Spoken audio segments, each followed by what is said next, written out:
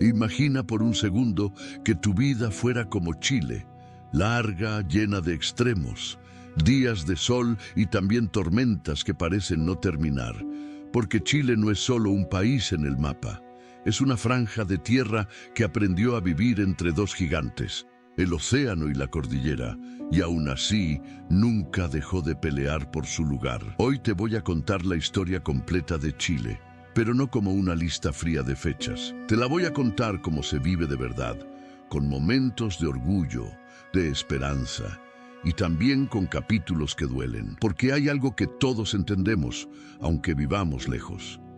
Lo que es sentir que un país o una vida avanza, pero por dentro se quiebra, lo que es trabajar, esperar, confiar y preguntarse, ¿por qué a veces parece que la historia siempre se repite? Gosha.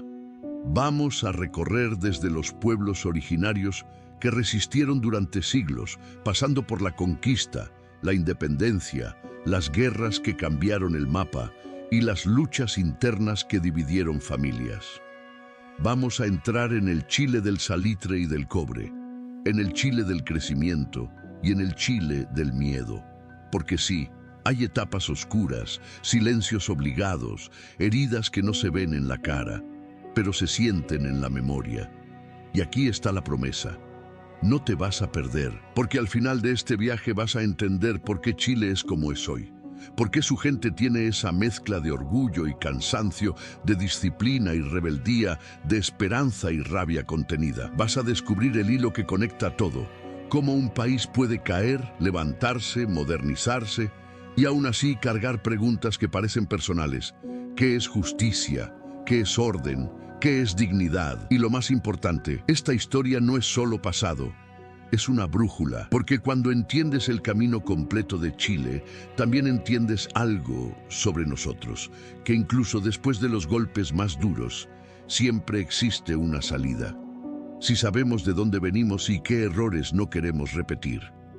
Así que quédate conmigo, respira hondo y acompáñame, porque lo que vas a escuchar ahora es la historia completa de un país que, aunque ha vivido terremotos, guerras y quiebres, todavía sigue de pie, buscando su mejor versión. Si esta historia te gusta y quieres entender el mundo con relatos que se sienten reales, suscríbete ahora mismo y activa la campanita. Y dime en los comentarios, ¿desde qué país me estás viendo y qué parte de Chile te da más curiosidad? Porque hoy empezamos con Chile, pero este viaje por la historia apenas comienza. 1. Antes de llamarse Chile, pueblos originarios, desiertos, bosques y el carácter mapuche. Antes de que existiera la palabra Chile en un mapa, este territorio ya era un mundo completo. Y para entender de verdad a este país, tienes que imaginarlo como es. Una franja larguísima, apretada entre dos gigantes. A un lado, el Océano Pacífico, frío, inmenso, con olas que parecen tener memoria. Al otro, la cordillera de los Andes, como una muralla de piedra y nieve que no se mueve, pero te obliga a respetarla. Y en medio de esos extremos, la vida. Mucha vida, pero una vida que no se da igual en todas partes. En el norte, la tierra es seca, dura, casi lunar. Estamos hablando del desierto de Atacama, uno de los más áridos del planeta. Ahí, sobrevivir no era un lujo, era una habilidad. Los pueblos del norte aprendieron a vivir cerca de los oasis, a aprovechar cada gota, a conocer los minerales, a moverse entre rutas de intercambio.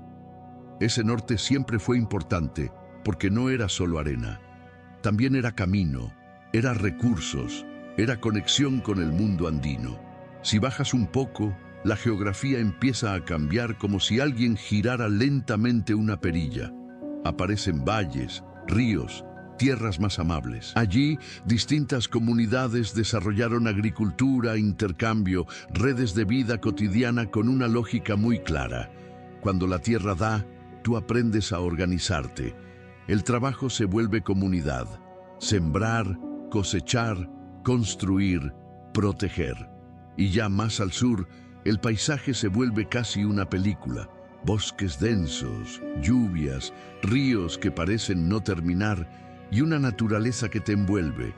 En esa zona, un pueblo en particular marcaría la historia de forma profunda: los mapuche. Y aquí es donde tienes que detenerte un segundo, porque esto explica muchas cosas de lo que vendrá después. Los mapuche no eran un detalle del paisaje.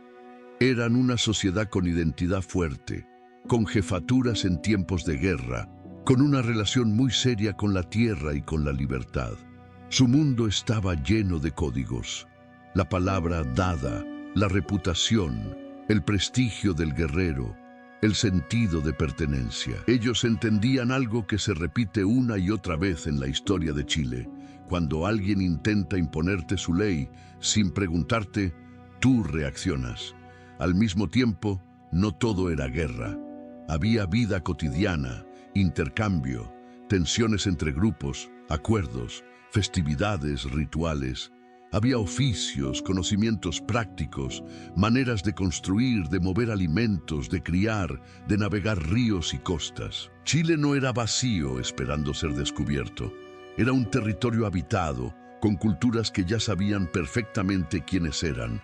Y además, Chile nunca fue un solo mundo. Eran muchos mundos pegados en una misma columna vertebral. Pueblos del norte con mirada hacia los Andes, comunidades del centro más agrícolas, el sur mapuche con su espíritu de autonomía, y más al extremo, en canales y fiordos, pueblos que aprendieron a vivir con el mar y el frío, donde el paisaje manda más que cualquier rey. Ahora, imagina lo que significa esto cuando aparece un poder externo. No estás entrando a un territorio uniforme, sino a un país en modo supervivencia y modo identidad al mismo tiempo. En otras palabras, aquí no se venía a conquistar fácil. Y justo cuando estas sociedades llevan siglos adaptándose, resistiendo y viviendo a su manera, empiezan a llegar señales desde el océano. Rumores primero, historias confusas, la idea de hombres que vienen en casas flotantes. Y aunque todavía nadie lo sabe, ese murmullo del Pacífico es el comienzo del siguiente capítulo, el primer choque con Europa, donde el mundo de Chile va a cambiar para siempre. En dos, el primer choque con Europa. Exploradores, rumores de riqueza y un territorio difícil de domar. Si en el tópico anterior veíamos un territorio vivo, diverso y orgulloso de sí mismo, ahora imagina el momento exacto en que ese mundo escucha, por primera vez, algo que suena a leyenda. Barcos gigantes apareciendo en el horizonte, hombres con metal brillando en el cuerpo, animales enormes, caballos que aquí no existían y una forma de pelear que parecía magia para quien nunca la había visto. Pero ojo, la llegada de Europa a Chile no fue como una escena limpia de llegaron y ya. Fue lenta, confusa, peligrosa y llena de expectativas equivocadas. Porque en ese tiempo el gran motor de los europeos era una palabra que quemaba por dentro: riqueza. Venían con la fiebre del oro y de la plata que ya se había encendido en otros lugares. Habían escuchado historias del mundo andino, del poder del imperio inca en el norte, de caminos, de tributos, de ciudades. Y muchos pensaron, si allá hubo tesoros, aquí también. Entonces lo primero que llega no es Chile como proyecto. Lo primero que llega es la curiosidad armada. Exploradores, capitanes, marinos y expedicionarios tanteando el terreno, buscando rutas, intentando entender qué hay en esta franja interminable de tierra. Por mar, algunos de los primeros europeos en ver estas costas lo hicieron en expediciones que buscaban rutas nuevas. Y cuando empiezan a aparecer los mapas con nombres, bahías y puntas, Chile deja de ser un más allá y se convierte en un lugar posible. Pero una cosa es mirar desde el mar y otra es entrar. Y cuando entran, la realidad golpea fuerte. Porque este territorio te pone pruebas desde el primer paso. Al norte, el desierto te seca la garganta y te hace sentir pequeño. Al centro, los valles son más amables, sí, pero están habitados y defendidos. Al sur, la resistencia no es un detalle, es una promesa. Aquí no mandas tú. Y ahí aparece la gran sorpresa para los conquistadores. Chile no se entrega como un cofre abierto. Además, muchos venían con el chip de Perú. Esperaban grandes centros de poder centralizados, grandes depósitos de metales, grandes estructuras listas para ser tomadas. Pero Chile era distinto. No era un solo corazón, eran varios. Y cuando un lugar no tiene un solo centro que conquistar, dominarlo cuesta más. Porque te obliga a meterte en el territorio, a sostener posiciones, a negociar o pelear cada paso.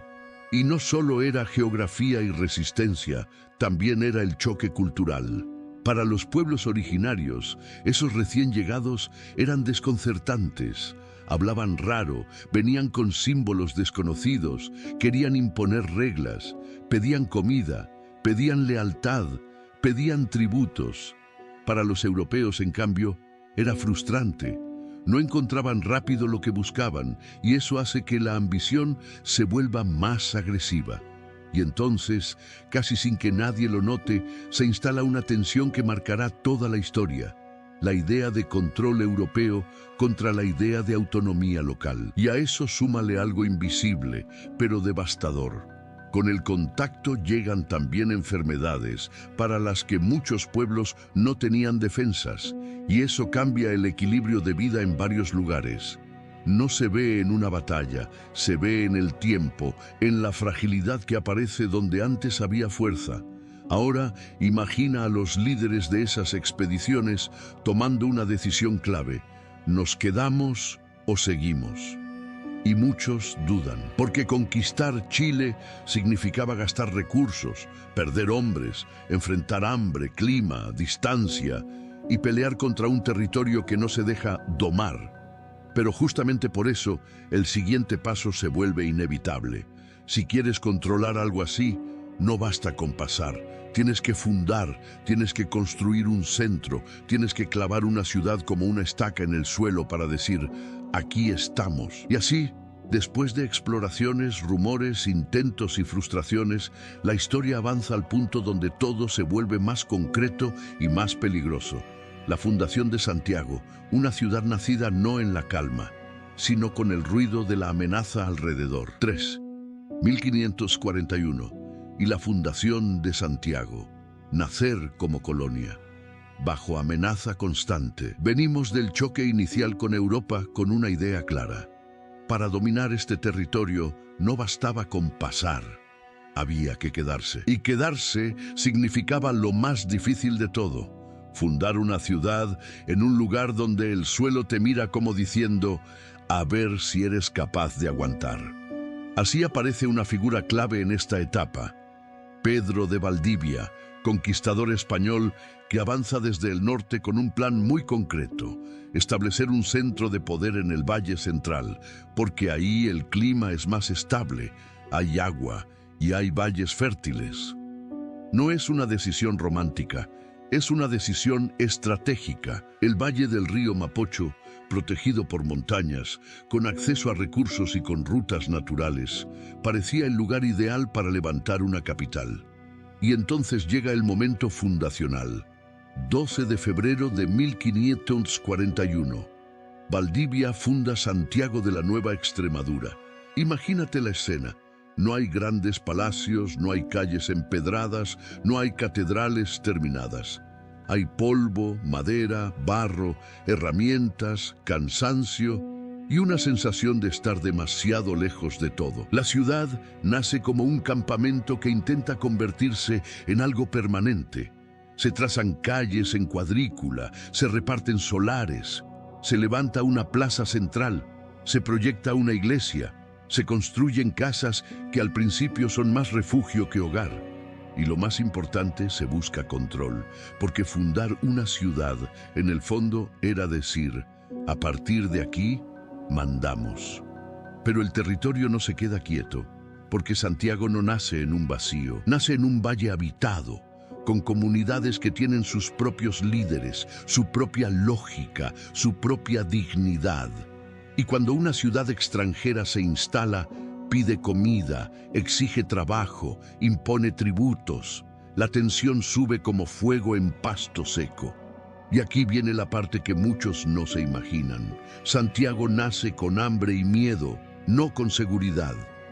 Valdivia necesita sostener la colonia, enviar expediciones, buscar oro, asegurar rutas, conseguir alimentos. Y eso significa dispersar fuerzas. Deja gente en Santiago, pero él mismo a veces se mueve fuera para consolidar el control. Y en esa ausencia, la ciudad queda expuesta. Y entonces llega el golpe brutal que convierte a Santiago en una ciudad marcada desde el inicio. Septiembre de 1541, el ataque y el incendio. Imagínate una mañana en la que el aire cambia. No lo ves todavía, pero lo sientes. Silencio raro, miradas inquietas, gente corriendo.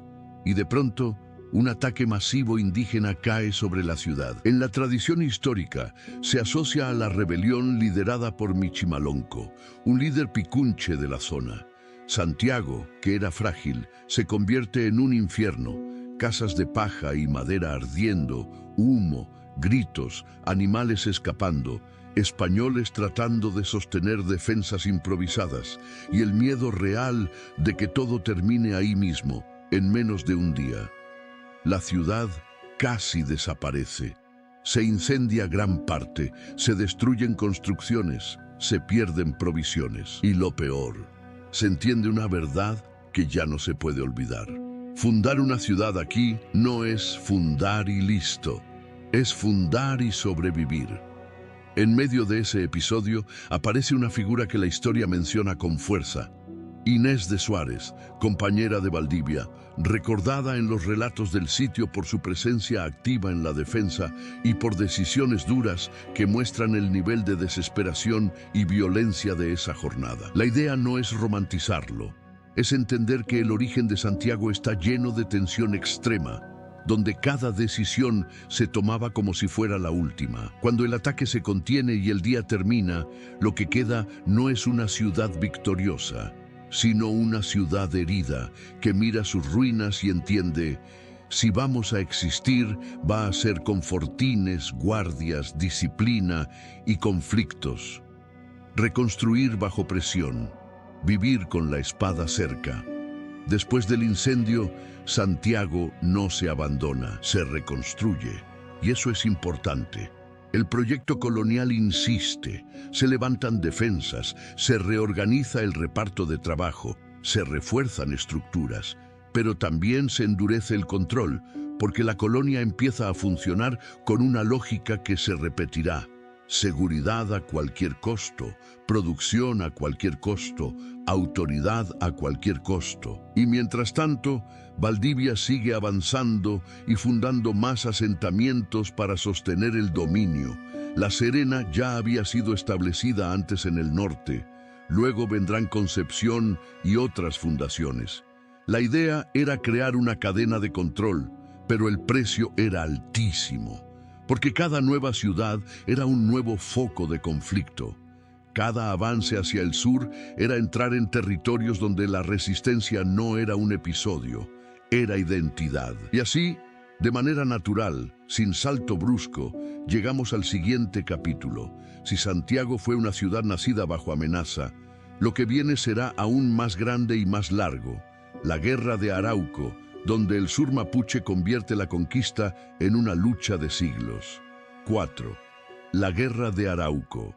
Siglos de frontera viva y una lección que marcará al país. Venimos del nacimiento traumático de Santiago, una ciudad que casi se quema entera apenas llegó al mundo. Y si esa fue la advertencia, lo que viene ahora es la confirmación. En Chile, la conquista no iba a ser una marcha triunfal. Iba a ser una guerra larga, dura y repetida, como una ola que vuelve una y otra vez. Porque cuando los españoles empiezan a avanzar hacia el sur, fundando ciudades, levantando fuertes, repartiendo tierras, exigiendo trabajo y tributo, se encuentran con algo que no encaja en su idea de dominio rápido: los mapuche. Y aquí hay que entenderlo con claridad. La guerra de Arauco no es una batalla, es una frontera viva, una historia de generaciones, a veces con grandes choques militares, a veces con emboscadas, asaltos rápidos, incendios nocturnos, negociaciones y traiciones. Es un conflicto que se estira por siglos y que deja una marca profunda en la forma en que Chile se entiende a sí mismo. Imagínate el escenario: bosques espesos, lluvia fría, barro hasta los tobillos, ríos crecidos y fuertes de madera que parecen aguantar de milagro. Del lado español, hombres con armaduras pesadas que en el barro se vuelven una carga. Del lado mapuche, guerreros que conocen cada sendero, cada colina, cada río y que pelean por algo que no se negocia fácil: la autonomía. Y lo más impresionante es que los mapuche aprenden rápido, observan, adaptan, cambian su forma de combatir. Con el tiempo incorporan el caballo, mejoran tácticas y convierten la guerra en una escuela de resistencia. No es bravura ciega, es estrategia, es organización en momentos críticos, es liderazgo militar cuando hace falta. Ahí aparece una palabra clave: Toqui, el líder guerrero elegido para tiempos de guerra. Y aquí entran nombres que, aunque el tiempo pase, siguen sonando como tambores en la historia: Lautaro y Caupolicán, entre otros. Lautaro, por ejemplo, es recordado por haber conocido de cerca cómo peleaban los españoles y luego usar ese conocimiento contra ellos. Es como si la historia te dijera: no solo resistieron, también entendieron al enemigo. Y entonces llega uno de esos golpes que cambian el ánimo de toda una época: la muerte de Pedro de Valdivia en combate en el sur, en un momento en que los españoles aún estaban intentando consolidar su dominio. Eso no es solo un hecho militar, es un mensaje psicológico: si cae el jefe, puede caer cualquiera. A partir de ahí, la frontera se vuelve una herida abierta. Los españoles intentan fundar y sostener ciudades al sur: Concepción, La Imperial, Valdivia, Villarrica y otros asentamientos que buscan afirmar presencia. Pero muchas veces esas ciudades viven como islas. Dependen de suministros, de refuerzos, de caminos peligrosos. Y cada vez que el control español se endurece, con trabajo forzado, abusos, castigos, la resistencia se enciende otra vez. Y aquí tienes que imaginar el ritmo real de esta guerra. No es una línea recta, es un ciclo. Primero, avance español. Se levanta un fuerte, se abre un camino, se funda una ciudad. Luego, respuesta mapuche: ataques rápidos, cortes de rutas, emboscadas, incendios, aislamiento. Luego, contraataque español, campañas, castigos, intentos de pacificar. Y después, otra vez el ciclo. Por eso se habla de siglos, porque incluso cuando parece que todo se calmó, solo estaba conteniéndose. Y entonces, hacia fines del siglo XVI, ocurre otro punto de quiebre enorme: la gran sublevación mapuche después del desastre de Curalaba, 1598. Lo que sucede después es conocido como la destrucción de las 7 ciudades. Varios asentamientos españoles al sur colapsan o son abandonados. Imagínate el impacto: familias huyendo, campanas calladas, casas vacías, campos quemados. Es un retroceso brutal para el proyecto colonial. A partir de ahí, la frontera se vuelve aún más clara. El río Biobío empieza a funcionar como una especie de línea simbólica y militar. No es un muro, pero sí un límite que se respeta con sangre. Al norte, el dominio colonial más firme. Al sur, un territorio donde la autoridad española no se impone como ley natural. Y aquí viene una parte fascinante: la guerra también se vuelve diplomacia. Con el tiempo aparecen los parlamentos, grandes reuniones de negociación entre autoridades españolas y líderes mapuche. Se habla, se pacta, se intercambian promesas, se fijan acuerdos. Uno de los más recordados es el Parlamento de Quilín, 1641, donde se reconoce de hecho un espacio de autonomía mapuche al sur de la frontera. Esto es clave. No es conquista total, es un equilibrio tenso, sostenido por la idea de que a veces es mejor negociar que desangrarse sin fin. Pero no nos engañemos. Incluso con parlamentos, la frontera seguía siendo peligrosa. Había períodos de calma y períodos de estallido. Había comercio y también ataques. Había acuerdos y también rupturas. Era como vivir junto a un volcán. Hoy duerme, pero nunca olvidas que puede despertar. ¿Y cuál es la gran lección que Chile hereda de todo esto? Que Chile se forma con una idea muy concreta. La estabilidad se construye, pero siempre bajo presión. La guerra obliga a crear fuertes, milicias, rutas, administración, recursos. Obliga a sostener un territorio largo con una logística difícil. Y al mismo tiempo deja una memoria colectiva de frontera, de resistencia y de negociación. Y justo por eso, cuando la guerra se vuelve parte del paisaje durante tanto tiempo, el Chile colonial, que crece al norte de esa frontera, empieza a tomar forma con un sabor particular. Más instituciones, más control, más vida cotidiana organizada, pero siempre con el ruido lejano de la frontera recordando: esto todavía no está cerrado. Y así, casi sin que lo notes, pasamos al siguiente tópico.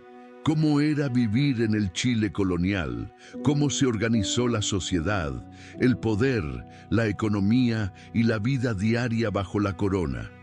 Mientras, al sur, la frontera seguía respirando como un animal que nunca se domestica del todo. Pedinco, Chile colonial, 1540-1810, vida cotidiana, clases sociales y el peso de la corona. Venimos de una frontera que no se apaga. Al sur, la resistencia mapuche obliga a vivir con el oído atento, como si el país tuviera siempre un latido de guerra en el fondo. Y mientras esa frontera respira, al norte del Biobío, la colonia va tomando forma, pero no como una ciudad bonita de postal. Toma forma como un sistema: gente, trabajo, impuestos, iglesia, autoridades y una corona lejana que quiere orden y plata. Imagínate Santiago en esos siglos. No es una capital moderna, es una ciudad de calles polvorientas en verano y barrosas en invierno, con casas de adobe, patios interiores, huertos, animales y el sonido de campanas marcando el ritmo del día. En el centro, la plaza, el cabildo, la iglesia y alrededor, la vida moviéndose despacio pero con reglas claras. Aquí se vive con jerarquías, porque el Chile colonial se organiza como una escalera social bastante rígida. Arriba están los peninsulares, los nacidos en España, y muchas veces ocupan cargos importantes. Luego están los criollos, hijos de españoles nacidos en América, que con el tiempo acumulan tierras, prestigio y poder local, pero también sienten una espina. Trabajamos aquí, vivimos aquí.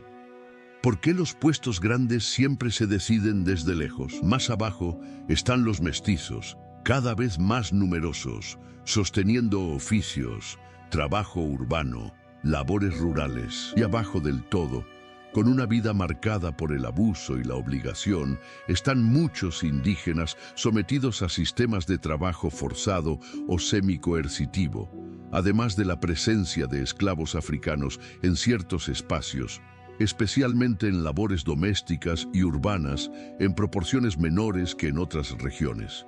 Y aquí entra una palabra clave de la colonia: trabajo. La economía chilena colonial no era un boom constante, tenía altibajos. Al principio, muchos españoles sueñan con metales preciosos, con oro fácil, pero Chile no es el Perú. Entonces la colonia se va aterrizando en lo que el territorio sí puede sostener: agricultura, ganadería y comercio regional. Con el tiempo, el campo se vuelve el corazón de la riqueza. Nacen y crecen las haciendas, grandes propiedades rurales donde se produce trigo, vino, ganado, cuero, cebo. Y Chile empieza a mirar hacia el norte, hacia el mercado peruano. Hay periodos en que el trigo chileno se vuelve vital para abastecer ciudades como Lima. Así, la vida rural marca el ritmo social. Patrones, mayordomos, peones, inquilinos y una cultura donde la tierra no solo da comida, da poder. Pero ojo, no todo es campo tranquilo. La vida colonial también está atravesada por cosas que hoy suenan casi cinematográficas. Primero, los terremotos. Chile aprende temprano que el suelo no es un piso fijo, es una bestia que se mueve. Ciudades se caen, se reconstruyen, se vuelven a caer. Y eso modela el carácter. La gente vive con fe, con resignación, con la idea de levantarse otra vez, porque aquí el desastre puede llegar sin aviso. Segundo, el miedo al mar. No porque el mar sea malo, sino porque trae peligros. En ciertos momentos, corsarios y piratas aparecen como una sombra. Ataques en costas, ciudades que se fortifican, puertos que se vigilan. Valparaíso y otras zonas costeras sienten esa tensión. El mar es ruta de comercio y también puerta de amenazas. Tercero, la iglesia. En la colonia, la iglesia no es solo religión, es educación, registro de nacimientos y matrimonios, moral pública, poder simbólico. Las fiestas religiosas llenan las calles, los santos se vuelven parte del calendario emocional y la fe, para mucha gente, es el lugar donde se entiende el dolor y se busca esperanza. Las órdenes religiosas, como los jesuitas, hasta su expulsión en el siglo XVIII, también influyen en enseñanza y misiones. Y mientras todo esto ocurre en la vida diaria, por encima de la gente, existe una estructura política que pesa como techo. Chile es una capitanía general dentro del Imperio Español, dependiente del Virreinato del Perú durante gran parte del periodo. Hay gobernadores, audiencias, funcionarios, normas y una sensación permanente de que la última palabra no está aquí, está al otro lado del océano. Eso crea una tensión silenciosa. El criollo que produce y paga impuestos, el comerciante que quiere vender más libremente, el militar que defiende la frontera, el campesino que trabaja de sol a sol. Todos sienten, en distintos niveles, que el sistema está diseñado para sostener a la metrópoli. Y entonces llega el siglo XVIII con cambios que se notan. Las reformas borbónicas intentan ordenar mejor el imperio, mejorar impuestos, reforzar milicias, reorganizar territorios, controlar el comercio. Algunas medidas dinamizan la economía, otras aumentan el control y el resentimiento. Se fortalecen instituciones, aparecen nuevas ideas, circulan conversaciones distintas. El mundo se está moviendo. Y aquí, casi sin darte cuenta, la colonia empieza a producir un tipo de persona nueva.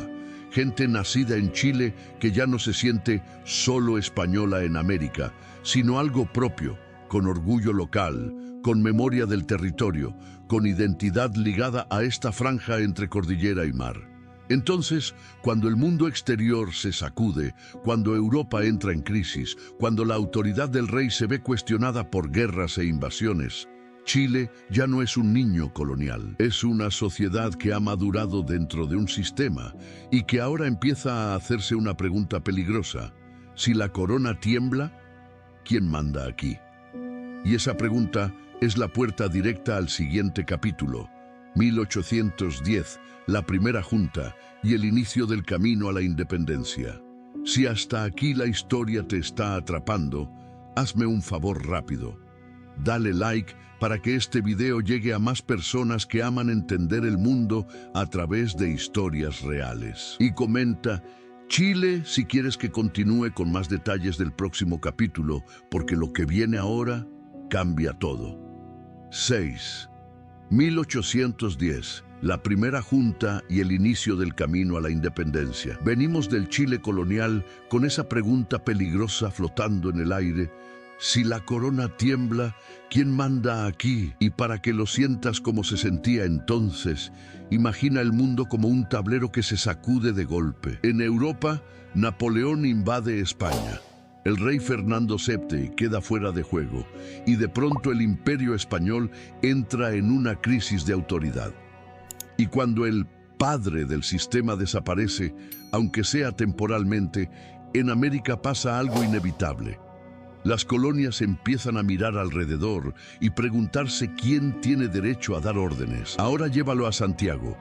No era una ciudad inmensa, pero sí era el centro político de la capitanía. En las casas principales, en el cabildo, en las reuniones discretas, se habla de noticias que llegan lentamente por mar, como cartas que tardan meses. Y esas noticias no llegan como un titular rápido, llegan como un rumor que se vuelve certeza. Y la certeza es inquietante. España está en caos. Y ahí aparece una división que va a marcar este capítulo como una cuerda tensa a punto de romperse.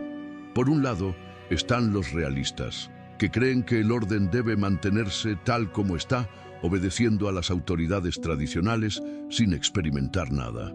Por otro lado, los criollos autonomistas, que no necesariamente gritan independencia desde el primer día, pero sí dicen, si el rey no puede gobernar, entonces aquí debemos gobernarnos nosotros, al menos hasta que vuelva. Fíjate en el detalle. Al principio muchos hablan de lealtad al rey, pero piden autonomía en la práctica. Esa es la puerta que después ya no se cierra, porque cuando un pueblo prueba a gobernarse, la mente cambia. Y entonces llega el momento clave, 18 de septiembre de 1810. Imagínate la ciudad ese día, gente entrando y saliendo, tensión en las miradas, voces bajas que se aceleran. Se convoca un cabildo abierto y tras debates y presiones se forma la primera Junta Nacional de Gobierno, presidida por Mateo de Toro y Zambrano, un hombre mayor y respetado, símbolo de autoridad local. Y aquí está lo importante.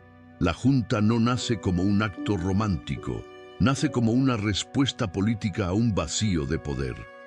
Es como si Chile dijera, si el centro se debilitó, nosotros sostenemos el orden desde aquí. Pero aunque suene moderado, en la realidad era un terremoto institucional, porque desde ese momento empiezan a ocurrir cosas que en una colonia tradicional son impensables sin permiso directo de la metrópoli. Se empieza a hablar de organizar milicias con más decisión, porque el país necesita defenderse y sostener su propio orden. Se discuten medidas para abrir el comercio y reducir ciertas dependencias. Y sobre todo, se instala la idea de convocar una representación política propia, un congreso. Es decir, la Junta abre un camino que va más allá de administrar mientras el rey vuelve. Abre el camino a una pregunta mayor. Si podemos tomar decisiones aquí, ¿por qué no tomar todas? Y en medio de eso, la sociedad chilena empieza a dividirse con más claridad. Familias enteras quedan en bandos distintos. Amistades se enfrían. En las conversaciones diarias aparece un miedo nuevo. ¿Y si esto termina en guerra? Porque cuando un territorio cambia su forma de obedecer, el conflicto ya no es solo externo, es interno. Lo que nace en 1810 no es todavía la independencia final, pero sí es el primer paso irreversible. Es el momento en que Chile por primera vez se mira al espejo y se ve capaz de sostener un gobierno propio. Y así, sin cortar la historia, llegamos naturalmente al siguiente tópico, porque una junta es solo el inicio. Lo que viene ahora es el periodo donde Chile intenta caminar por sí mismo, pero descubre que cada paso provoca reacción. Y ahí entramos en la etapa de patria vieja, reconquista y el miedo real de perderlo todo. 7. Patria vieja, reconquista y la sensación de que se puede perder todo. Venimos de 1810 con una puerta abierta. Chile probó por primera vez el sabor de gobernarse. Y cuando un pueblo prueba eso, aunque sea en nombre del rey, algo cambia por dentro. Pero ahora viene la parte que hace que esta historia no sea un cuento limpio, porque el primer intento de libertad casi se pierde por completo. A ese primer periodo se le suele llamar la Patria Vieja, más o menos entre 1810 y 1814. Y si lo piensas como una película, es la etapa donde el protagonista descubre que puede caminar, pero todavía tropieza, porque no tiene experiencia y el suelo está lleno de trampas. La patria vieja, construir mientras todo tiembla. En esos años, Chile empieza a crear cosas que una colonia no hacía por sí sola. Se forman instituciones, se discuten leyes, se ensayan formas de representación, se abren espacios de prensa e ideas. Y sobre todo, se arma un principio que es crucial. Chile ya no quiere depender totalmente de órdenes que vienen del otro lado del océano. Pero había un problema enorme. Dentro del propio país no había una sola visión. Había tensiones entre moderados y más radicales, y también rivalidades personales que complicaban todo. Y allí aparece un nombre clave: José Miguel Carrera. Carrera es un personaje de esos que llenan la escena. Entra con energía, con decisión, con ambición política, y bajo su influencia se impulsan símbolos y medidas que hoy son parte del nacimiento nacional. Se promueven emblemas, se organiza mejor el poder, se intenta dar coherencia al movimiento. En este periodo también se redacta el Reglamento Constitucional de 1812, un texto importante porque, aunque todavía menciona al rey, en la práctica afirma que Chile tiene autoridad propia y que no acepta decisiones externas sin su consentimiento. Eso, en ese tiempo, era una bomba política. La patria vieja, entonces, se siente como un taller en pleno movimiento. Se construye un país en tiempo real. Pero mientras se construye, hay una amenaza clara. España no se ha rendido, porque en Europa la situación cambia. España empieza a recuperar fuerza y quiere reordenar su imperio. Y cuando la metrópoli vuelve a respirar, mira a América y dice: basta de juntas, se acabó el experimento. El golpe, 1814, y la batalla que lo cambia todo.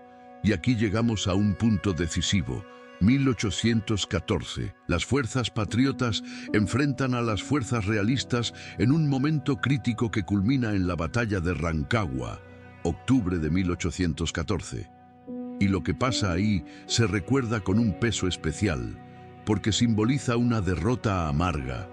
Imagínate Rancagua como un encierro, defensores resistiendo, ataques constantes, fuego, humo, desgaste y una sensación desesperante de que los recursos se terminan. La historia recuerda a Bernardo O'Higgins como una de las figuras centrales de esa resistencia. Pero finalmente el bando patriota cae. Y con esa caída, cae la patria vieja. Lo que sigue es uno de los momentos más duros. La gente entiende que no era solo perder una batalla, era perder el control del país. La reconquista, cuando el miedo vuelve a mandar.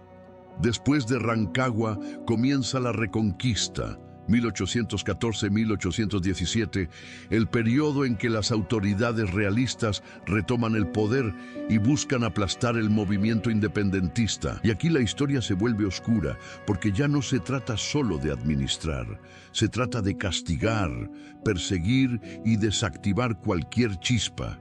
Se restablecen controles severos, se persigue a líderes patriotas, se confiscan bienes, se vigilan reuniones. Mucha gente se esconde, otros se callan. Algunos cambian de bando por miedo o conveniencia. Familias se rompen por dentro. El primo realista, el hermano patriota, el vecino que denuncia. Es un clima donde confiar se vuelve peligroso. Muchos patriotas toman una decisión que suena simple, pero era desgarradora: huir. Cruzar la cordillera hacia Mendoza, al otro lado de los Andes, no era como tomar un autobús. Era atravesar montañas gigantes, nieve, frío, caminos difíciles. Era dejar casas, tierras, historia personal. Era irse con la idea de volver o no volver nunca. Y ahí, precisamente, nace la semilla del contraataque. Porque en el exilio, lejos de apagarse, el movimiento se reorganiza. Se entiende una verdad: Para recuperar Chile no bastaba con valentía. Hacía falta un plan grande, disciplinado, continental. Y allí aparece otra figura enorme, José de San Martín, gobernador de Cuyo, que comprende que liberar Chile es clave para liberar también el Perú, el gran bastión realista en Sudamérica. Entonces, mientras en Chile la Reconquista intenta imponer el silencio, al otro lado de los Andes se prepara algo que cambiará el destino del país: un ejército. La sensación de podemos perderlo todo y la decisión de volver. Este tópico es clave porque marca el momento en que Chile aprende que la independencia no es un evento, es un proceso con caídas. La derrota enseña, el miedo enseña, la persecución enseña, y el exilio enseña lo más importante: si no vuelves con fuerza organizada, te borran. Y con esa idea, la historia avanza al siguiente capítulo de manera natural, casi inevitable, porque después de la oscuridad de la Reconquista viene el momento del regreso, del cruce de la cordillera y del golpe definitivo. 8. 1817-1818. El golpe definitivo y el nacimiento de la República. Venimos del momento más oscuro, la Reconquista, el miedo, las persecuciones, la sensación de que todo lo logrado se había evaporado. Y en esa oscuridad, al otro lado de los Andes, se estaba preparando algo que suena casi imposible, pero que terminó ocurriendo. Un ejército cruzando una cordillera gigantesca para recuperar un país.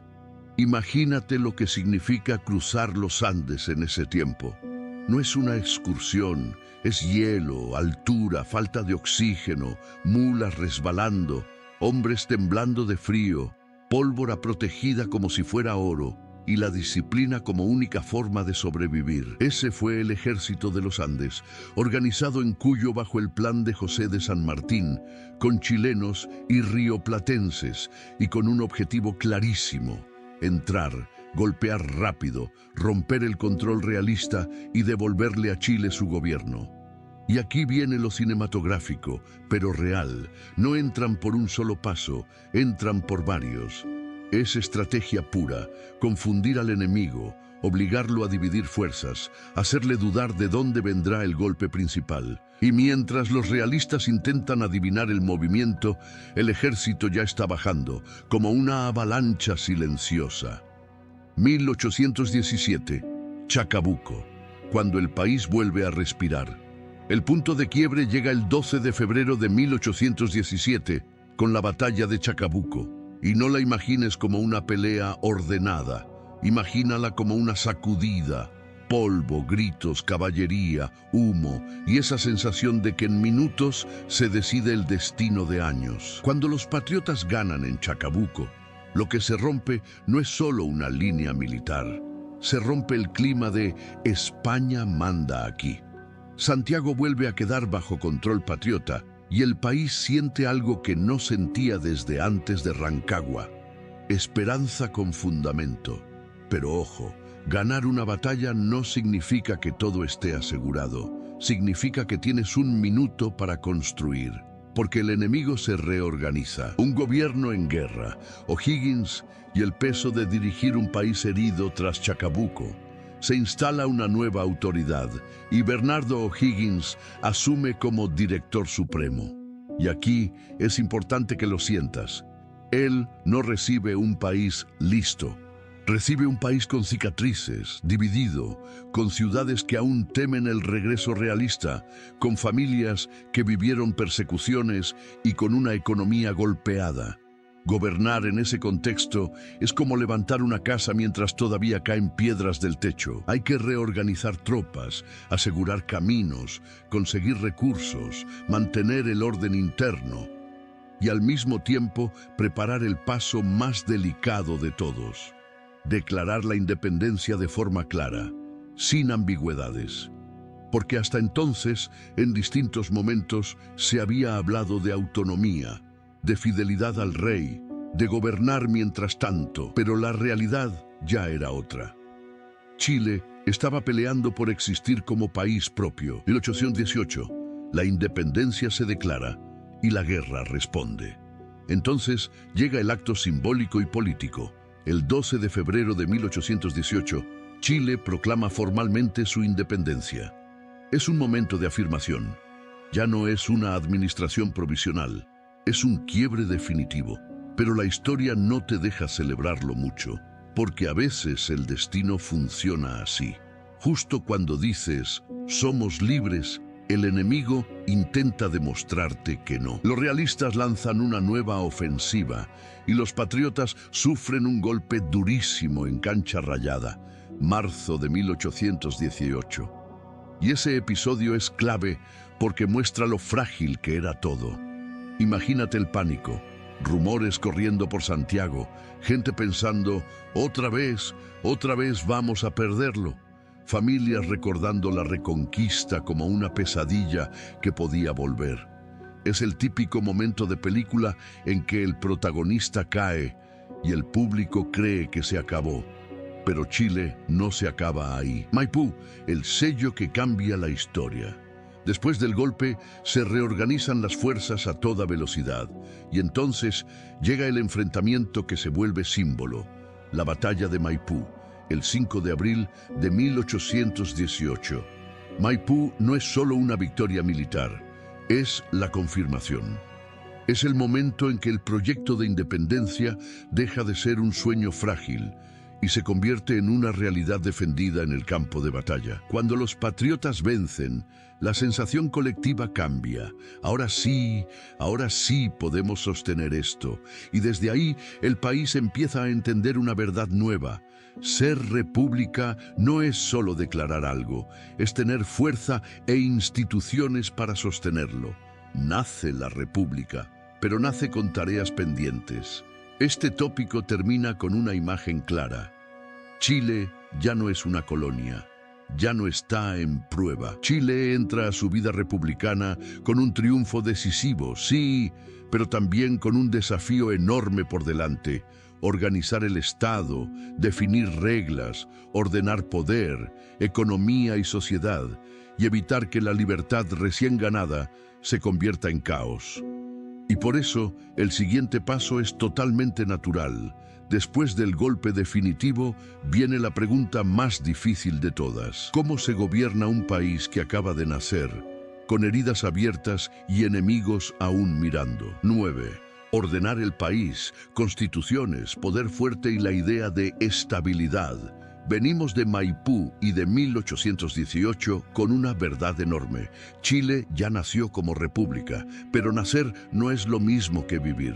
Porque una cosa es ganar una guerra y otra muy distinta es hacer funcionar un país, cuando todavía huele a pólvora, cuando faltan recursos, cuando hay heridas internas y cuando, además, el mundo te está mirando para ver si te caes. Y aquí empieza un capítulo menos heroico en apariencia, pero decisivo: ordenar la casa. Imagínate el Chile de esos años como una casa recién construida a la rápida después de un incendio. Tiene techo, sí, pero todavía le faltan puertas, ventanas, columnas firmes. Si no la refuerzas, el primer viento fuerte la tumba. El primer intento, O'Higgins, y el peso de gobernar en posguerra. Bernardo O'Higgins queda al mando con una responsabilidad brutal: mantener el país en pie. Hay que pagar sueldos, sostener al ejército, asegurar caminos, reconstruir la economía y al mismo tiempo evitar que el país se divida por dentro. En esos años se empuja la creación de instituciones, se fortalece el Estado, se impulsan reformas y también se toman decisiones que no a todos les gustan. Y ahí aparece el gran problema del Chile recién nacido. ¿Quién manda y con qué límites? Porque muchos chilenos querían orden, sí, pero no querían sentir que cambiaron a un rey lejano por un poder interno demasiado duro. Las críticas crecen, las tensiones políticas suben y al final O'Higgins termina renunciando en 1823. Y esa renuncia abre una etapa clave. El país se da cuenta de que la independencia no resolvió la lucha por el poder, solo la cambió de forma. Años de ensayo y error, constituciones, ideas y un país buscando su forma. Después de 1823, Chile entra en un periodo que se siente como experimentar con el futuro. Se prueban modelos, se discuten reglas, se redactan textos constitucionales y se pelea, políticamente, por la dirección del país. Se intenta una constitución en 1823, con un tono muy moralista y rígido, pero resulta difícil de aplicar en la práctica. Se prueban ideas federalistas alrededor de 1826, como si Chile buscara repartirse el poder en provincias con más autonomía. Pero la realidad territorial y política lo hace complejo. Luego llega la Constitución de 1828, más liberal, intentando equilibrar poderes y abrir el sistema. Y aquí tienes que imaginar el ambiente.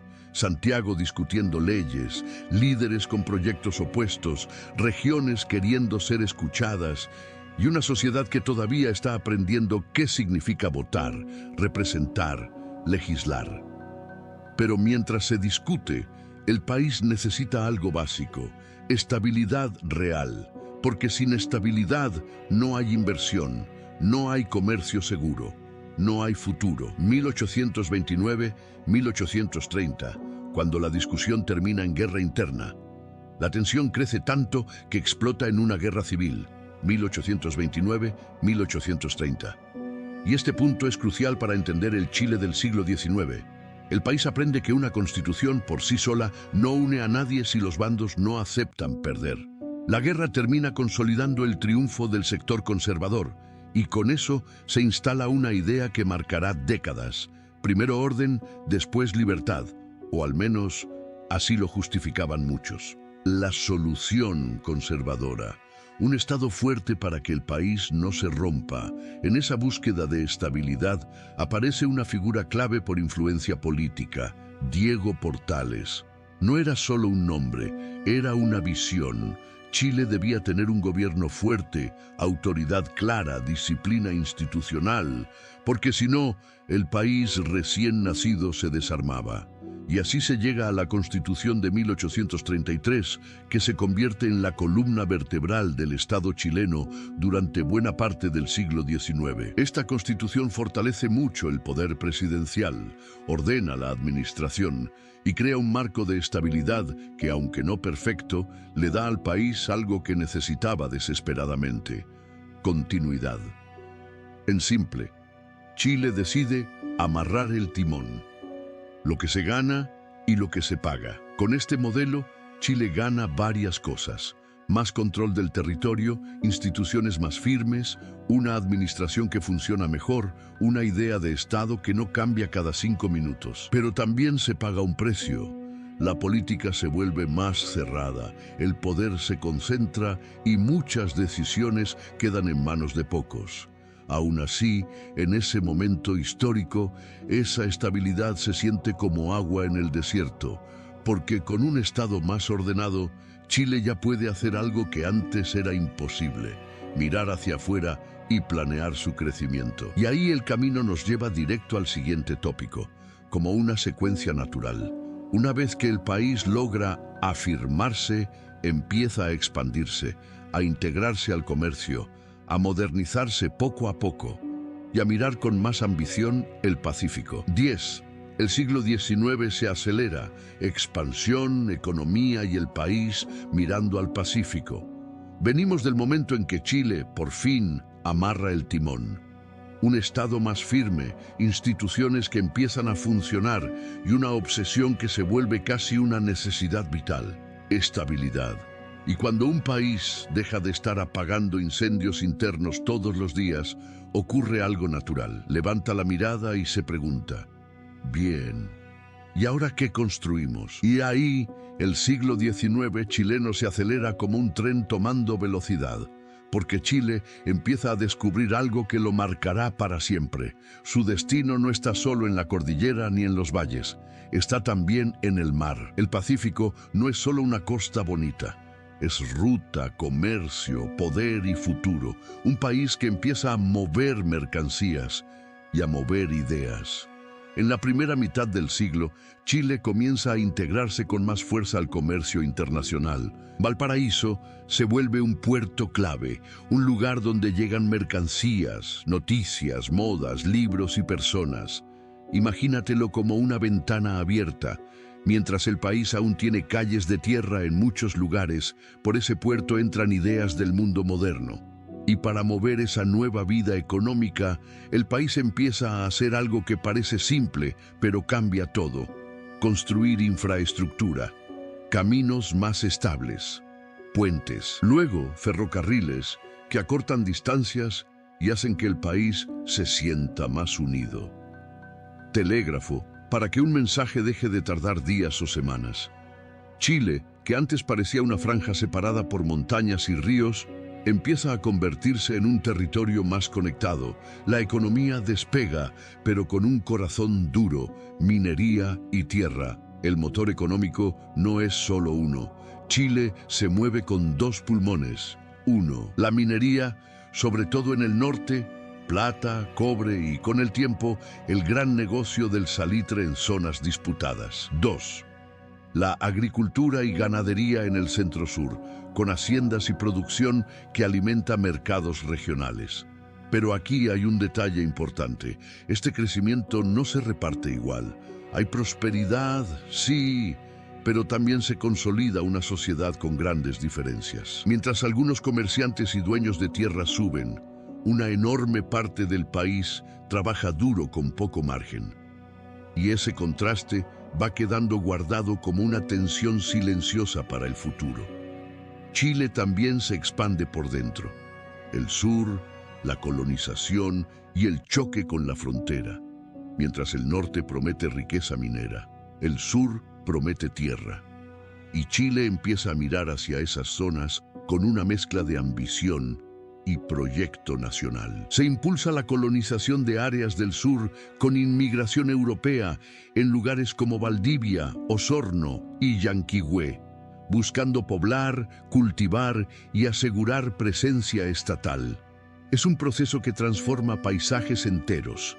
Aparecen pueblos nuevos, actividades productivas y una idea de progreso que se instala con fuerza. Pero esa expansión tiene una sombra enorme, porque el sur no era un espacio vacío.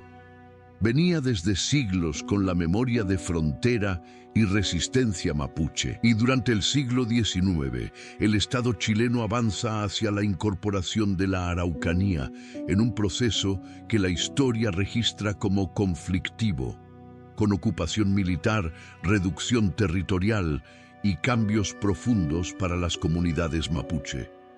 Aquí el país vuelve a chocar con una verdad antigua. Cuando el Estado avanza, alguien paga el costo. Y esa herida también queda. La mirada estratégica al Pacífico, el estrecho y la idea de controlar el mapa. Además del comercio, Chile mira el mapa con mentalidad estratégica. El Pacífico no es solo vender y comprar, es controlar rutas. Por eso el país pone atención al extremo sur, el Estrecho de Magallanes, un paso clave en tiempos donde navegar podía definir poder. La consolidación de presencia en esa zona, con asentamientos como Punta Arenas, no es un capricho. Es decirle al mundo, aquí estamos. Y así, Chile va afirmándose como un país que no solo sobrevive, se posiciona. Política en movimiento, estabilidad, conflictos y una república que se ajusta. Mientras todo esto avanza, la política también cambia. El siglo XIX chileno no es una línea recta tranquila. Hay tensiones, levantamientos, disputas entre conservadores y liberales, y un país que se va abriendo lentamente a nuevas ideas. Chile busca un equilibrio difícil, tener orden sin caer en autoritarismo, crecer sin fracturarse, modernizarse sin perder el control. Y aunque muchas veces parece que lo logra, por debajo se acumulan tensiones sociales y territoriales. El norte se vuelve una promesa y un peligro, y aquí viene el puente perfecto hacia el próximo tópico. Mientras Chile crece, mira al norte y ve algo que brilla. Porque en el desierto, ese mismo que antes era símbolo de dureza, Ahora hay algo que el mundo industrial empieza a desear con hambre: minerales, y especialmente salitre. Y donde hay riqueza, aparece la pregunta más peligrosa de todas: ¿de quién es esa tierra? En esa zona, las fronteras no estaban tan claras y las ambiciones de Chile, Bolivia y Perú empiezan a chocarse. Al principio es tensión comercial, contratos, impuestos, intereses, pero el aire ya huele a conflicto. Si estás sintiendo esta historia, no la veas solo. Compártela con alguien que ama aprender o que tiene raíces en Chile. Y aprovecha para comentar aquí abajo: ¿de qué lado crees que estuvo el punto de quiebre más duro en la historia chilena? ¿Guerra, crisis o política? Te leo. 1879-1883, la Guerra del Pacífico y el giro territorial y económico. Venimos del tópico anterior con una tensión que ya se podía oler en el aire. El norte dejó de ser solo desierto y se convirtió en promesa de riqueza, sobre todo por el salitre y otros minerales. Y cuando una zona pobre en agua se vuelve rica en recursos, pasa algo casi inevitable en la historia humana: las fronteras empiezan a doler. Para entender esta guerra, imagina el mapa como una mesa con tres manos encima: Chile, Bolivia y Perú.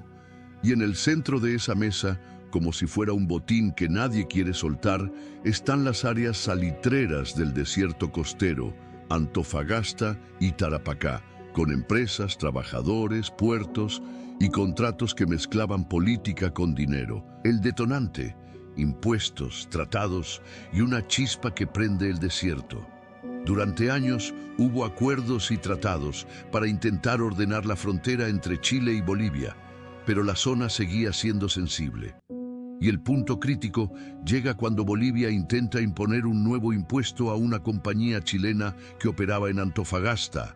Chile considera que eso viola lo pactado. Y aquí la historia se acelera. Entonces ocurre el gesto que abre la puerta a la guerra. 14 de febrero de 1879. Fuerzas chilenas ocupan el puerto de Antofagasta.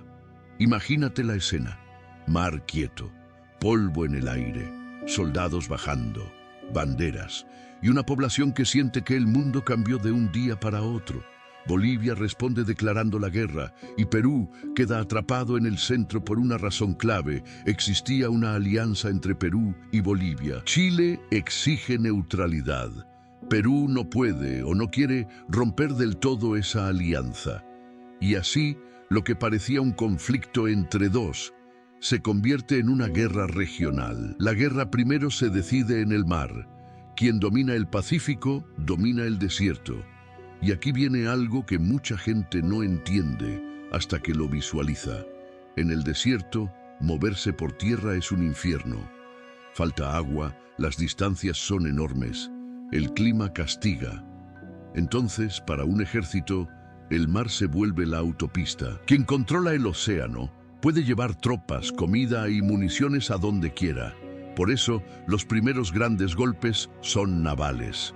En 1879, el Pacífico se vuelve un tablero de barcos y puertos, y aparece uno de los episodios más recordados: Iquique, 21 de mayo de 1879. Chile bloqueaba el puerto, y el enfrentamiento deja una imagen que se vuelve mito nacional: el combate desigual, donde la corbeta chilena Esmeralda, comandada por Arturo Prat, enfrenta a un monitor peruano más poderoso, el Huáscar. Prat muere en el intento de abordar y su figura se convierte en símbolo de valentía para Chile. Pero al mismo tiempo, el Huáscar, bajo el mando peruano de Miguel Grau, se vuelve por meses una pesadilla estratégica para Chile, atacando, capturando, cortando líneas, obligando a Chile a perseguirlo.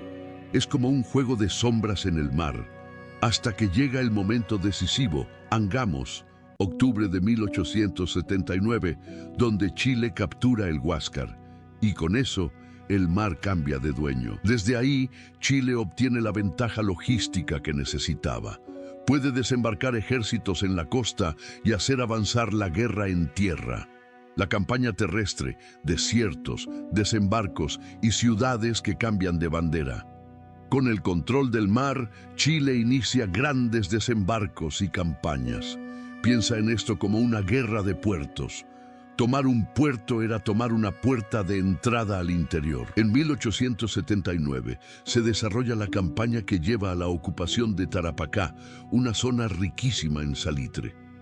Hay batallas duras, movimientos en terrenos hostiles, y el elemento constante es el mismo: el agua. Un ejército no solo pelea con armas, pelea con la garganta seca, con mulas agotadas, con líneas de suministro que si se rompen, matan. Luego la guerra se desplaza más al norte. Llegan campañas importantes como la de Tacna y Arica, 1880. Arica, con su morro, se convierte en un símbolo por su defensa y por el asalto final. Para Perú y Bolivia son heridas profundas.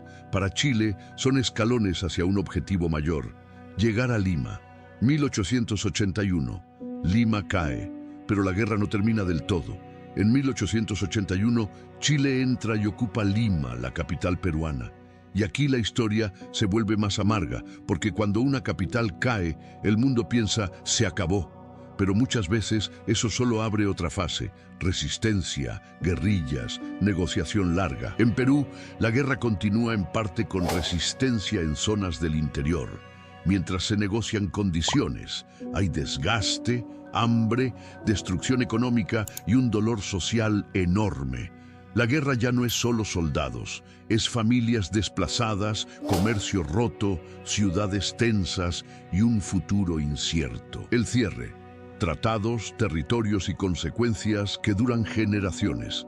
Finalmente, el conflicto se encamina a un cierre formal en 1883, cuando Perú firma el Tratado de Ancón, cediendo Tarapacá a Chile, y otros territorios quedan sujetos a arreglos posteriores. Con Bolivia, la situación termina primero con una tregua, 1884, y luego con un tratado definitivo años después. Pero la consecuencia histórica es clara y durísima. Bolivia queda sin salida soberana al mar, una herida geopolítica que sigue pesando en su identidad nacional. Para Chile, el resultado es un cambio enorme. No solo gana territorio, gana una fuente de riqueza gigantesca, porque el salitre se transforma en un motor fiscal. En simple, el Estado chileno empieza a recibir ingresos como nunca, y eso impulsa obras, modernización, pero también concentra poder y crea nuevas desigualdades. Y aquí está el puente perfecto hacia el siguiente tópico. Después de una guerra así, Chile queda más grande y más rico, sí, pero también queda con una pregunta interna: ¿quién controla esa riqueza y cómo se gobierna un país que crece tan rápido? Porque cuando entra mucho dinero y prestigio, también entran peleas por el poder. 1891, y el Chile parlamentario. Cuando el poder se disputa por dentro, venimos de la Guerra del Pacífico con Chile más grande, con más puertos y con una riqueza nueva que empezó a correr por las venas del Estado: el salitre. Y aquí pasa algo que la historia repite como un reloj. Cuando entra mucho dinero, la pregunta no es solo cómo lo usamos, sino quién manda sobre él. Y esa pregunta, en Chile, explotó de la manera más dura posible, en una guerra civil. La chispa: presidente contra Congreso, y el país partido en dos a fines del siglo XIX. El conflicto se concentra en un choque de poder entre el presidente José Manuel Balmaceda y el Congreso. Balmaceda quería un Estado más fuerte, con inversión pública, obras, educación, infraestructura y sobre todo, con más control político para ejecutar su proyecto. Del otro lado, muchos parlamentarios, representantes de una élite muy influyente, defendían que el presidente no podía gobernar a su manera, sin frenos. El punto de quiebre llega con el tema del presupuesto. En política, el presupuesto no es un papel, es el control del país. Y cuando el Congreso no aprueba ciertas partidas y Balmaceda decide seguir gobernando igual, el choque se vuelve total. Es como si dos manos estuvieran agarrando el mismo volante y ninguna soltara. 1891, la Guerra Civil, cuando la pelea ya no es con el exterior, sino entre chilenos. Y entonces, en 1891, Chile vive algo que deja cicatriz: chilenos contra chilenos. La Armada, en gran parte, se alinea con el Congreso. Eso es clave, porque en un país con litoral y con rutas marítimas, controlar el mar significa mover fuerzas, armas y hombres. Balmaceda conserva apoyo importante del ejército en varias zonas, pero el país ya está quebrado. Imagínate ciudades nerviosas, rumores en cada esquina, familias discutiendo en voz baja y la sensación de que el futuro del país se decide no en elecciones, sino en campos de batalla. Las campañas militares avanzan y llegan enfrentamientos decisivos como Concón y Placilla, 1891. Placilla, en particular, se vuelve el golpe final. Las fuerzas congresistas vencen y el gobierno de Balmaceda queda sin salida real. Y aquí la historia se vuelve trágica. Balmaceda se asila en la legación argentina en Santiago y poco después se suicida. Es un final fuerte porque simboliza que el conflicto no fue un cambio de gabinete, fue un quiebre profundo del sistema político. Lo que nace después, el régimen parlamentario chileno, 1891-1925. Tras la guerra, el péndulo se mueve. El país queda marcado por el miedo a un presidente demasiado fuerte. Entonces, se instala lo que se conoce como el Chile parlamentario. Pero atención, no era un parlamentarismo como el británico perfecto. En Chile, el Congreso gana enorme influencia y el presidente queda más limitado. ¿El resultado práctico? Un sistema donde los gobiernos podían caer con facilidad y donde aparece una palabra que resume la época: rotativa ministerial. En simple, gabinetes que duran poco, cambios constantes, acuerdos entre partidos que se negocian como si fueran piezas de ajedrez, y un país que, aunque tiene instituciones, se siente a veces lento para responder a los problemas reales. El contraste: riqueza arriba, cuestión social abajo.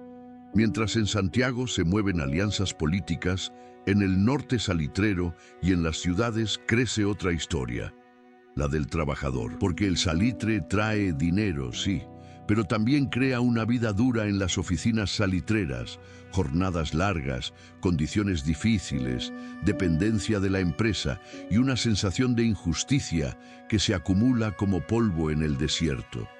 Aquí nace lo que los historiadores llaman la cuestión social: pobreza urbana, hacinamiento, enfermedades, salarios insuficientes y trabajadores que empiezan a organizarse, a protestar, a exigir dignidad.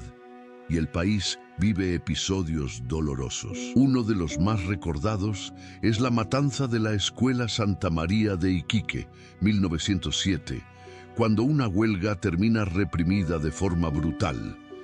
Ese hecho queda grabado como una herida moral, no solo por la violencia, sino porque muestra que Chile estaba creciendo, pero se estaba quebrando por dentro. La trampa del salitre, cuando el motor empieza a fallar, y mientras todo eso ocurre, el oro blanco también trae un riesgo silencioso: depender demasiado de un solo producto. Con el tiempo, el salitre enfrenta competencia internacional y cambios tecnológicos, fertilizantes sintéticos, y Chile empieza a sentir que su motor económico no es eterno. Entonces el país entra al siglo XX con una mezcla explosiva: política trabada y negociada en élites, presión social desde abajo, economía con señales de vulnerabilidad y una ciudadanía que ya no acepta vivir como antes. Y esto nos deja perfectamente en la puerta del siguiente tópico, porque la historia pide un giro. Si el sistema parlamentario no responde y la sociedad está hirviendo, alguien va a intentar reformarlo todo. 13. 1925 y el siglo XX. Nuevos derechos, crisis, reformas y una sociedad que cambia. Venimos del Chile parlamentario con una imagen muy clara: política trabada arriba y presión social creciendo abajo, como una olla que hierve con la tapa puesta. Y cuando una sociedad llega a ese punto, tarde o temprano alguien dice: basta, hay que cambiar las reglas del juego. Y así entramos al siglo XX chileno, que no es una línea recta, sino una montaña rusa. Reformas, crisis, gobiernos fuertes, huelgas, esperanzas, miedo y una población cada vez más urbana, más organizada y más consciente de sus derechos. Todo comienza a girar alrededor de una idea: el Estado tiene que responder, porque ya no alcanza con acuerdos de élite y discursos elegantes. En ese ambiente aparece con fuerza un personaje que representa esa tensión entre pueblo e instituciones: Arturo Alessandri, el León de Tarapacá.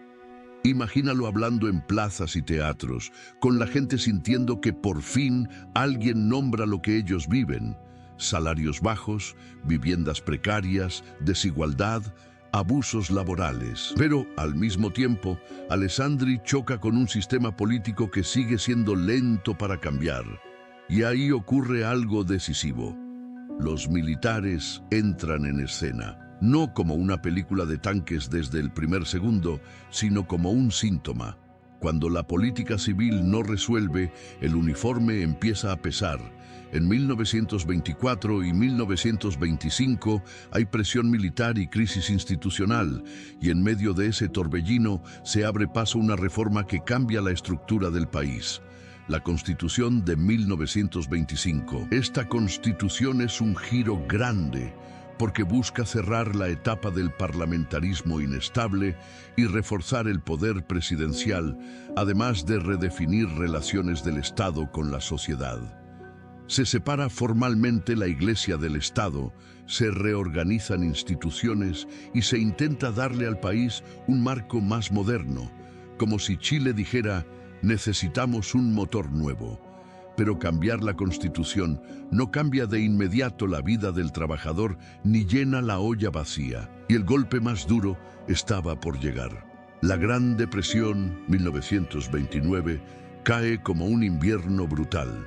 Chile dependía mucho de exportaciones, en especial el salitre, y cuando el mundo se derrumba, el país siente el impacto en el cuerpo.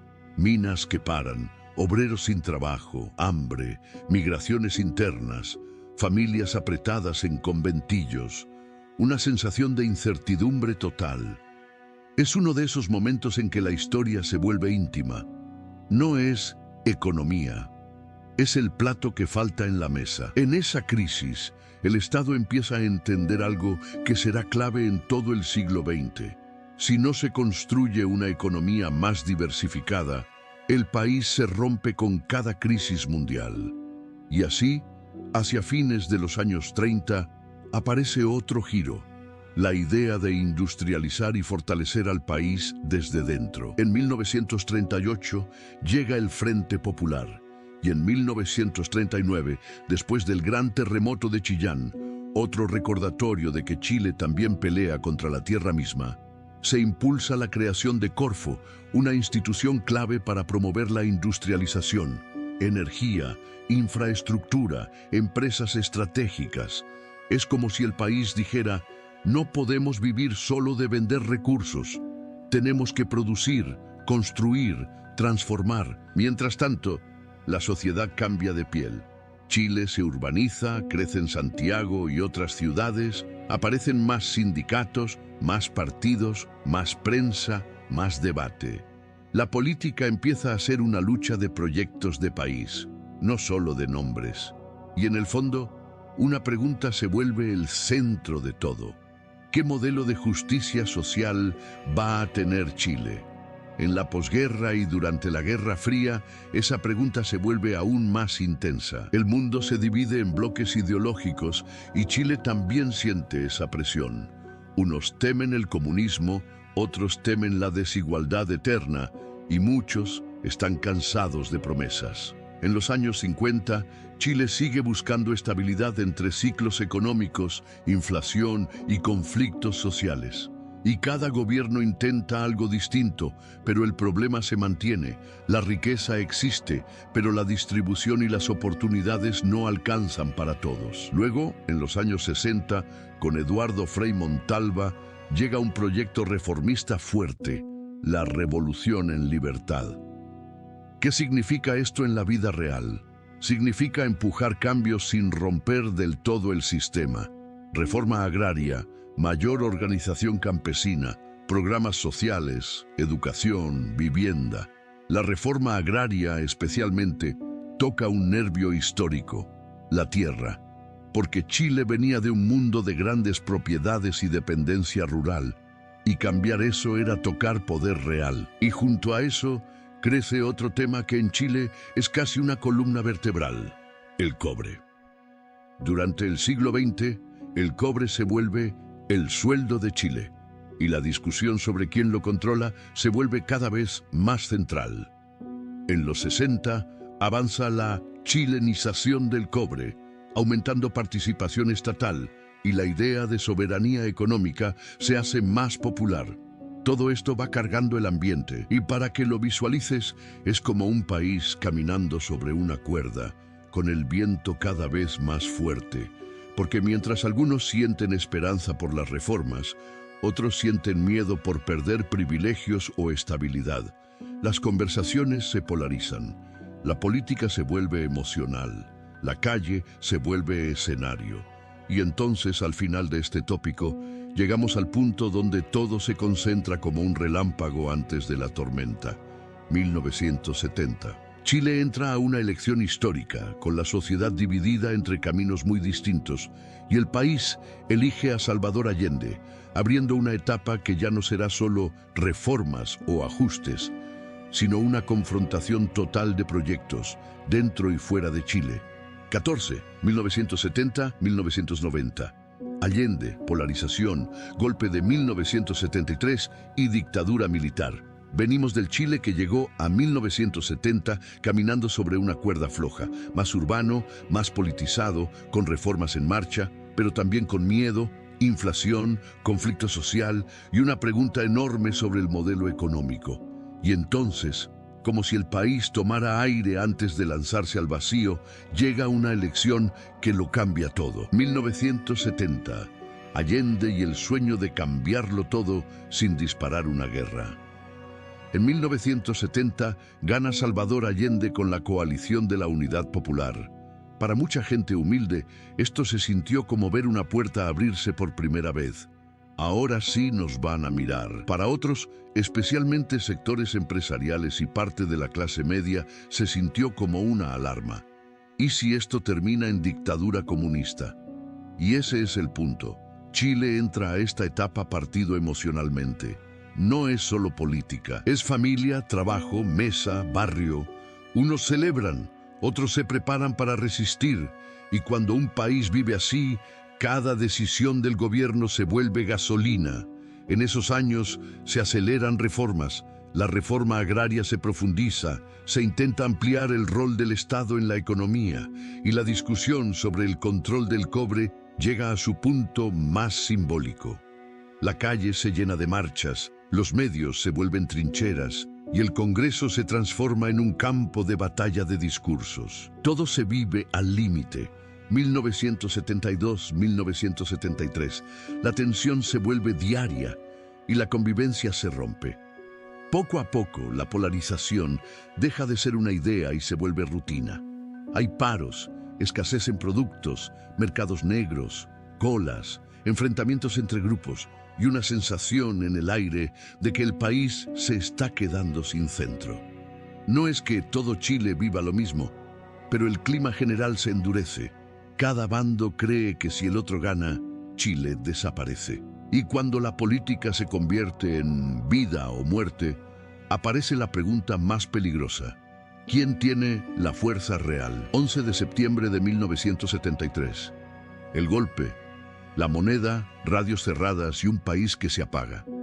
El 11 de septiembre de 1973, las Fuerzas Armadas dan el golpe. Para que lo visualices, Amanece temprano con movimientos decisivos, la Armada toma Valparaíso, se controlan comunicaciones, se cierran estaciones de radio y televisión y el país empieza a sentir que algo irreversible está ocurriendo. Allende va a La Moneda y el mundo escucha sus últimas palabras por radio mientras la presión militar se cierra como un puño. Ese día queda como una cicatriz histórica, no solo por el cambio de gobierno, sino por la ruptura del orden democrático. Allende muere durante los hechos en La Moneda y Chile entra en una etapa completamente distinta. La Junta y Pinochet. Orden por la fuerza. Se instala una junta militar y con el tiempo, Augusto Pinochet se convierte en la figura central del régimen. Lo que viene no es un simple gobierno duro, es un sistema de control con censura, persecución política, detenciones, tortura y desapariciones. Informes posteriores del Estado chileno documentaron miles de casos de muertes y desapariciones por motivos políticos durante la dictadura, 1973-1990. Y aquí tienes que imaginar el miedo cotidiano, puertas que se cierran más temprano, conversaciones en voz baja, vecinos que dejan de confiar, familias que aprenden a no hablar de eso. En paralelo, miles parten al exilio. Es un Chile donde el silencio también se convierte en una forma de supervivencia. La refundación institucional, 1980, y una constitución hecha para durar el régimen no solo gobierna, intenta rediseñar el país. Un punto clave es el plebiscito de 1980, en el que se aprueba una nueva constitución en un contexto muy cuestionado por falta de garantías democráticas. Esa constitución establece un itinerario político que, en la práctica, busca proyectar el poder del régimen y fijar reglas para el futuro. Economía, cambios profundos y también golpes duros. En lo económico, Chile vive una transformación radical, privatizaciones, reformas de mercado y reestructuración del Estado. Para algunos, esto fue modernización. Para otros, fue pérdida de protección social y aumento de desigualdad. Y como pasa en los cambios bruscos, el costo se sintió de manera desigual. Además, llega un golpe clave que muchos recuerdan como trauma económico. La crisis de principios de los 80, con desempleo y angustia en hogares que antes aguantaban. Y cuando la economía duele, la calle vuelve a despertar. Protestas, desgaste y el reloj constitucional que llega a 1988. En los años 80 crecen las protestas y la presión interna e internacional. Y aquí aparece una ironía histórica. El propio calendario fijado por el régimen abre una puerta. El 5 de octubre de 1988 se realiza el plebiscito para decidir si Pinochet seguía 8 años más. La opción no gana con cerca de 56% y eso inicia formalmente la salida del régimen hacia elecciones. 1989-1990, elecciones y el fin de la dictadura. Después del plebiscito se realizan elecciones y comienza la transición. El 11 de marzo de 1990 asume un gobierno democrático, cerrando oficialmente el periodo de la dictadura militar, iniciado en 1973. Y aquí termina este tópico con una sensación fuerte, casi humana. Chile vuelve a votar, vuelve a respirar, pero no vuelve igual. Porque las heridas, las de la represión, las del exilio, las del miedo, las de la división, no desaparecen con una ceremonia. Se quedan dentro del país como una memoria viva. Y con esa memoria entramos al siguiente capítulo de manera natural. 1990 hoy, donde Chile intenta construir democracia con estabilidad, crecimiento y también con una deuda social que décadas después explotará en las calles y abrirá el debate constitucional. Y 1990 hoy, democracia, crecimiento, estallido social, nueva constitución fallida y un Chile que vuelve a girar. Venimos del final del tópico 14 con una imagen potente. Chile recupera la democracia en 1990, pero no como quien prende una luz y ya está, sino como quien vuelve a respirar después de años con el pecho apretado. Y ahora, en este último capítulo, lo que vas a ver es eso: un país que avanza, tropieza, se reinventa y vuelve a discutir qué significa vivir con dignidad y con orden al mismo tiempo. 1990. Volvemos a votar, pero también volvemos a recordar el 11 de marzo de 1990. Asume Patricio Aylwin y comienza la transición democrática. En la calle se siente alivio, sí, pero también un silencio extraño. El tipo de silencio de un país que no se atreve a hablar fuerte porque todavía recuerda lo que costaba hablar. Y aquí viene algo clave. Chile intenta sanar sin romperse otra vez.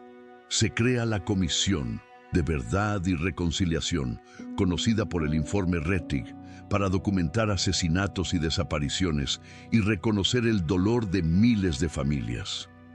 No era pasar la página, era, al menos, nombrar lo que había ocurrido.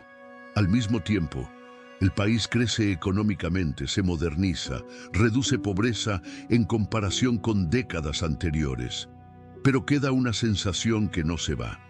Sí, Chile progresa, pero progresa para todos. Ese pero se va a quedar escondido durante años como una brasa bajo ceniza. 1998. Pinochet es detenido en Londres y el mundo mira a Chile. En octubre de 1998 sucede una escena que parece de película política. Augusto Pinochet es arrestado en Londres por una orden ligada a crímenes de derechos humanos. Para muchas víctimas fue un shock emocional. Por primera vez, la impunidad parecía tambalear. Para otros, fue una humillación nacional. Y Chile vuelve a dividirse, otra vez, pero ahora alrededor de memoria y justicia. 2000, una democracia que funciona, pero con una incomodidad creciente. En los 2000, Chile muestra estabilidad institucional, alternancias dentro de coaliciones, reformas, expansión de servicios, más infraestructura. Pero de pronto, el país escucha una voz nueva y directa: los estudiantes. En 2006, en el primer gobierno de Michelle Bachelet, estalla la Revolución Pingüina. Miles de secundarios salen con uniforme escolar a exigir cambios en educación, criticando un sistema heredado de la era Pinochet. Y esto es importante. No era solo por un pase escolar o una prueba, era el grito de «esto no es justo». En 2010, terremoto, resiliencia y los 33 mineros que el mundo vio. En 2010, Chile vive uno de los golpes más duros y al mismo tiempo más reveladores de su capacidad de levantarse. El gran terremoto y el país reorganizándose con rapidez, dolor y solidaridad. Y ese mismo año llega otro momento simbólico: el derrumbe en la mina San José y el rescate de los 33 mineros, que se convierte en un espectáculo mundial de esperanza, técnica y resistencia humana. Pero ojo, mientras el mundo miraba el rescate, Chile seguía acumulando tensiones invisibles. Pensiones bajas, desigualdad, salud cara, deudas, transporte y la sensación de que, si te caes, no siempre hay red. 2019. El estallido social, cuando la brasa se vuelve incendio, y entonces llega octubre de 2019. Empieza por una subida del metro, sí, pero lo que explota es algo mucho más grande. El costo de la vida, la desigualdad, el cansancio, la idea de que el esfuerzo no alcanza. Imagínate Santiago, con estaciones cerradas, calles llenas, cacerolas sonando como un latido metálico. Y luego, la marcha gigantesca, millones diciendo «hasta aquí». Hubo protestas pacíficas, también violencia y destrucción, y denuncias graves de abusos y heridas, especialmente por la represión en ciertos momentos. En noviembre de 2019, el sistema político firma un acuerdo para abrir el camino a un plebiscito constitucional, y el país siente «ok, tal vez ahora sí vamos a reescribir las reglas». 2020-2023, el sueño constitucional que se rompe dos veces. En el plebiscito de 2020, Chile vota masivamente apruebo una nueva constitución. Es un mandato claro de cambio. Se elige una convención, se redacta un texto y llega el plebiscito de salida en 2022. Pero el resultado es un golpe. La propuesta es rechazada, aproximadamente 62% versus 38%. Chile quería cambios, pero no ese texto, o no de esa manera. El país intenta de nuevo. Se arma un segundo proceso y, en diciembre de 2023, Chile vuelve a votar y rechaza otra propuesta, y ahí queda la sensación amarga. Queremos una nueva constitución, pero no logramos ponernos de acuerdo en cuál. 2024, febrero de 2026, del impulso transformador al giro hacia seguridad y orden. Después de 2 rechazos, el ánimo cambia. La gente sigue con demandas sociales, pero crece otra preocupación que se vuelve prioritaria: seguridad, crimen, migración, costo de vida. La discusión pública se va moviendo del cambio estructural al necesito sentirme seguro ya. Y entonces llega una señal histórica. En la elección de diciembre de 2025, gana el derechista José Antonio Kast, con alrededor del 58% en la segunda vuelta. Chile entra en el mayor giro hacia la derecha desde el retorno a la democracia, empujado por el deseo de orden y control. Kast asumirá el 11 de marzo de 2026, sucediendo a Gabriel Boric. Ahora mismo, hoy, febrero de 2026, Chile está en esa escena final de temporada. Transición de mando a la vista, el país mirando al futuro con una mezcla de expectativa y preocupación. Y aquí termina la historia completa. Pero termina como terminan las historias verdaderas, sin un final perfecto. Chile pasó de dictadura a democracia, de silencio a protesta, de crecimiento a cuestionamiento, de esperanza constitucional a frustración, y ahora a un giro político que promete orden. Y en el fondo, la pregunta sigue siendo la misma, solo cambia el tono. ¿Cómo se construye un país donde haya progreso, pero también justicia? Donde haya derechos, pero también seguridad. Ese es el Chile de hoy, un país que aprendió a levantarse y que todavía está decidiendo cómo quiere caminar hacia el mañana. Y así llegamos al final de la historia completa de Chile. Pero si lo piensas bien, esto no se siente como un fin cerrado. Se siente como cuando miras una vida entera y entiendes por qué te duelen ciertas cosas, por qué te cuesta confiar, por qué a veces te agotas. Y aún así, sigues caminando. Porque Chile es eso, un país largo, hermoso y áspero, donde la tierra tiembla, donde el mar golpea, donde la historia también ha golpeado fuerte. Un país que nació con resistencia, que se hizo república entre guerras, que creció con riqueza, pero también con desigualdades, con silencios, con heridas que no siempre se ven en una foto. Y duele decirlo, pero hay una verdad que atraviesa cada etapa.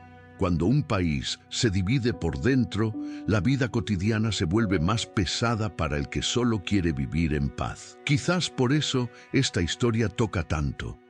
Porque todos, en algún momento, hemos sentido algo parecido.